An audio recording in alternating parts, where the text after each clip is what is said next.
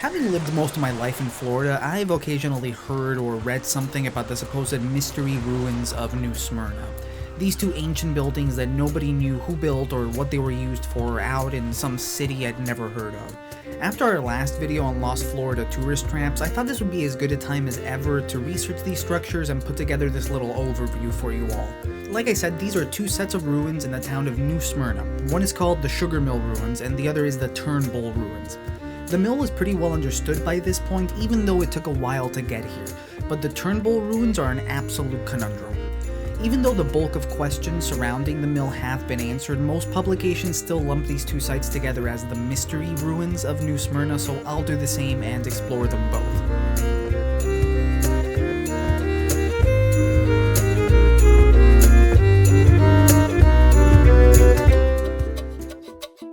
So this is the first set of ruins that we're going to explore. They're located in downtown New Smyrna Beach, near the water at the old Fort Park.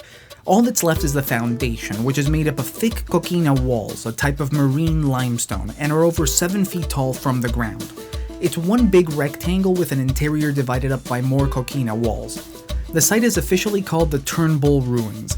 It's named after New Smyrna's colonial founder, Andrew Turnbull, who brought in about 1,200 colonists, mostly Mallorcans but also Greeks, Turks, Corsicans, and Italians, in 1768. The colony lasted about a decade before it was eventually abandoned due to recurring droughts that affected profitability. This led to the British pulling their support and most of the colonists left for St. Augustine. Turnbull himself moved north to South Carolina.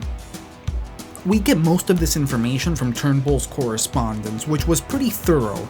The one glaring omission in the written documents from the colony, letters or otherwise, is any real description of the structure we're looking at today.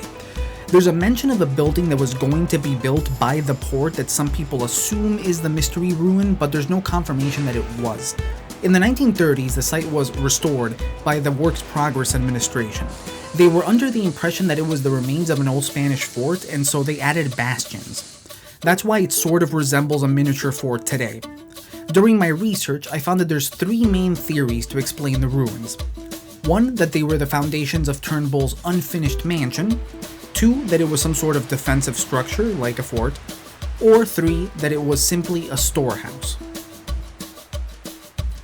The first theory is that they were built by Turnbull and that they were the foundations for his governor's mansion. Some have pushed back on this idea, stating that he never wrote about building a large living quarters for himself and that work on a mansion would have been too taxing for the exhausted and ill-equipped settlers after their voyage to the Americas.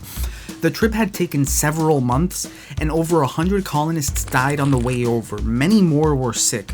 There is simply no evidence to support the idea that the ruin was meant to be a mansion. It's simply conjecture. The second theory was that this was going to be a fort. James Grant, the governor of East Florida, wrote in a letter to the colony that, "For the future security of Turnbull's settlers and other inhabitants of that part of the country, I propose building a fort and establishing a garrison at Mosquito Inlet." This inlet, today called the Ponce de Leon Inlet, isn't too far away from the ruins, about 3.5 miles. However, the location of the ruins would have less defensive value being so far from the ocean. The construction of the fort was also mentioned in a letter from the Earl of Hillsborough.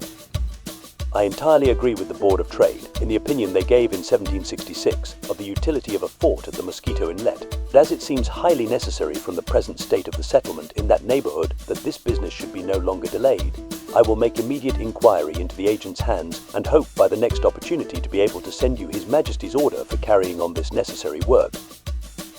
These letters do at least suggest that there was an intention to build a fort, though I'm not sure why they would then ultimately decide to build it adjacent to the settlement rather than at Mosquito Inlet like they had discussed. The third theory was that the ruins were intended to be a warehouse for a nearby wharf, or maybe a marketplace. This would make some sense given its location close to the water. And there's a few clues to suggest this was the case, like the evidence of heavy foot traffic, but not much else. And that's about it for the theories. There really is very little known about these ruins. Even the city says that mystery still surrounds the origin of this foundation on their website. It's one of the most visited and photographed places in New Smyrna and is listed in the US National Register of Historic Places. If you're ever in the area, why not make a stop at Old Fort Park? Maybe you'll be the one to figure this whole thing out.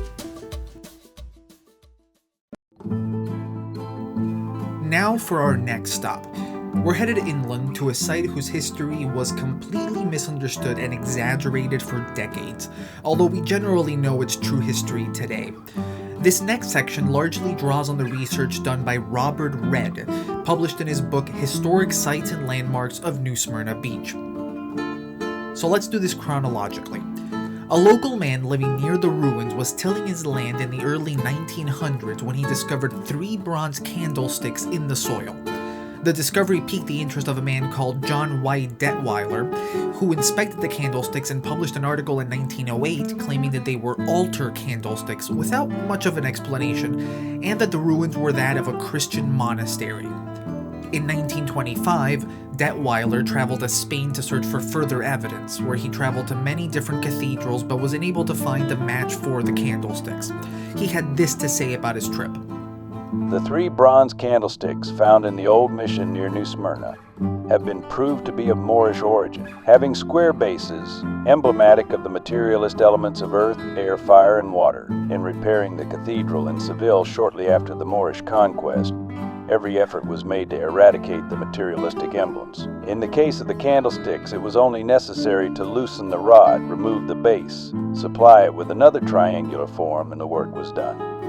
Detweiler was now changing his story and claiming that the sticks originated from a time prior to the discovery of the Americas, and the only reason why he couldn't find a match for them in Spain was because the Spanish had methodically changed the bases of all of their candlesticks after the Reconquista. Also, I'm not an expert on Islam, but I've never heard of the religion emphasizing an importance on the 4 elements either. Detweiler did some crazy mental gymnastics rather than just accepting that maybe the candlesticks didn't mean anything. As far-fetched as Detweiler's theory was, he was successful in popularizing this pseudo-history for the ruins. The land containing the ruins was eventually given to a woman called Jeanette Thurber Connor as a gift from her new husband. Jeanette was an aspiring historian who had written a biography of Pedro Menendez de Aviles and 2 volumes of a collection on the colonial records of Florida. Her new husband had bought her the land because he thought that she might enjoy piecing together the history of the place. Jeanette's research brought her to the conclusion that the ruins were that of a mission built around the turn of the 17th century by Franciscan monks in order to convert the local Indians. The natives, unfortunately, were wiped out in 1727 by an epidemic, and it's from this point that Jeanette Connor believes that the Franciscan monks abandoned this mission. Jeanette Connor universalized this theory through her organization, the Florida State Historical Society, as well as through postcards and newspapers, such as the one on screen now. Jeanette even placed a plaque at the site of the ruins in 1925 stating the following. This mission, built for the Joro Indians by Spanish Franciscan friars about the year 1696, is preserved as a memorial of the 44 missions of Spanish Florida, to commemorate the service and heroism of the Franciscan Fathers and the ancient Florida missions. Other than these 2 theories, it might be worth mentioning that there was some speculation that the supposed Spanish mission may have even been founded by Christopher Columbus himself during his 2nd voyage. This idea was floated around by a guy called Bradford Torrey, who was a magazine writer. This theory doesn't make any sense, considering that there's no proof to support this and that Columbus never even made it to Florida. In any case, the Spanish mission theory went unchallenged until 1941. That year, a man called Charles H. Coe published a short booklet titled Debunking the So-Called Spanish Mission Near New Smyrna Beach. Coe was from Connecticut and had made his living working for the papers. This booklet outlines 9 reasons Coe believes that the ruins are not of a Spanish mission, but instead of a sugar mill. He argued that it didn't make sense to build a mission in the area since the natives were hostile to the colonists, and that the Spanish settlement of St. Augustine could already provide that protection.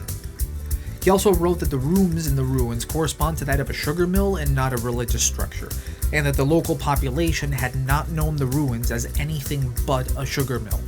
I like this bit at the end of the booklet. Coe writes very dramatically, The writer is well aware that he who shatters an idol is more or less unpopular, but the surgeon's knife is used that good may follow. Therefore, let justice be done though the heavens fall. Coe's sugar mill theory eventually proved true as more evidence was found, and the history of the ruins are well understood by this point. It was founded in 1930, but operation was short-lived as only 5 years later the building was destroyed in a raid by Seminoles. In that same year, an artist by the name of John Rogers created this piece, where the mill is the main focus. It's kind of crazy to think that these ruins could have been thought to be anything but a sugar mill.